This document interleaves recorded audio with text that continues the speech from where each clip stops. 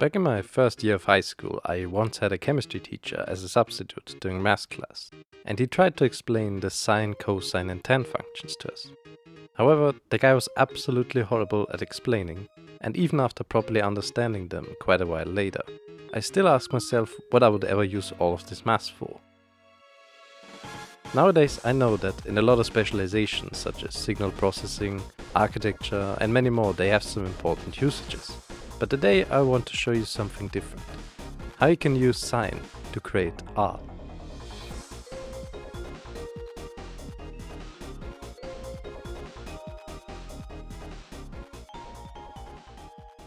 To do this, however, we need to understand what a sine is and how to work with it. Now there's all sorts of geometric interpretations to the sine using the unit circle and whatnot. But today we don't care about that. What's important for our purposes is what the sine looks like when graphed. A wave. An indefinitely continuing wave between -1 and 1. Note that we do not care about cosine, because as we can see here, it's just a shifted version of the sine. Now there are three fun things we can do with a sine wave. We can make it bigger or smaller with a parameter outside of the function itself. We call this modifying its amplitude. We can make the waviness go faster or slower. We call that modifying its frequency. And we can also shift the wave around to the left or right. We call that modifying its phase. I've also added a Desmos setup for you to play around with these parameters in the description, just to get a feel for them if you'd like. However, the biggest trick for our artistic purposes will come from using multiple sine waves at the same time. This might sound daunting, but let me show you what I mean. To our basic sine wave, we can add a second one. Now this is of course just the same as multiplying by 2, but once we change some parameters in the second one, some fun stuff starts to happen. Specifically, by adding two sine waves with a different frequency and phase, you still get a repeating pattern, but a more intricate one. We can use this for animation, for example. Here's a single blade of grass, all alone. Now wouldn't it be nice for this guy to flow with the wind? Well, by using time as an input to our sine function, we can then use that value to shift our grass blade forwards and backwards. This is decent, but we can make it look a lot more natural by using the sum of three sines like this, to get a way longer and more intricate period. And to keep it from going too far every once in a while, we can scale the whole shifting down a bit. Now if we want to extend our sine waves to 3D, we can do this in multiple ways. We could add the two coordinates, which looks like this. We could multiply them, which is also fun. Or we could also use a separate sine for each axis. Now if this looks like ocean waves to you, well, there you have our next use case. Again, we can animate these using time.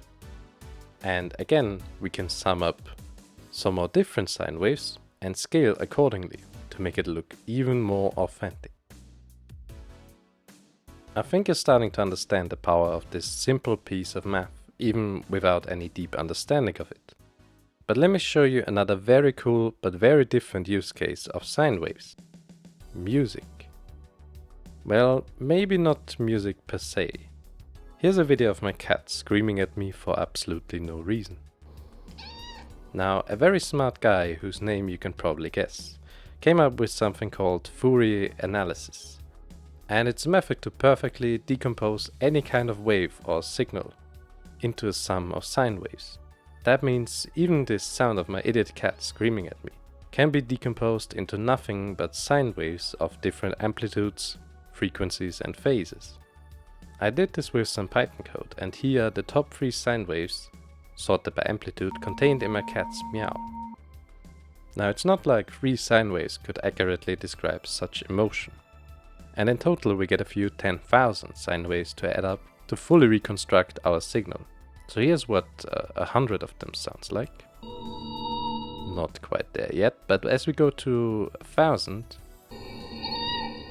2500 and 10,000, you can hear the original sound coming back more and more.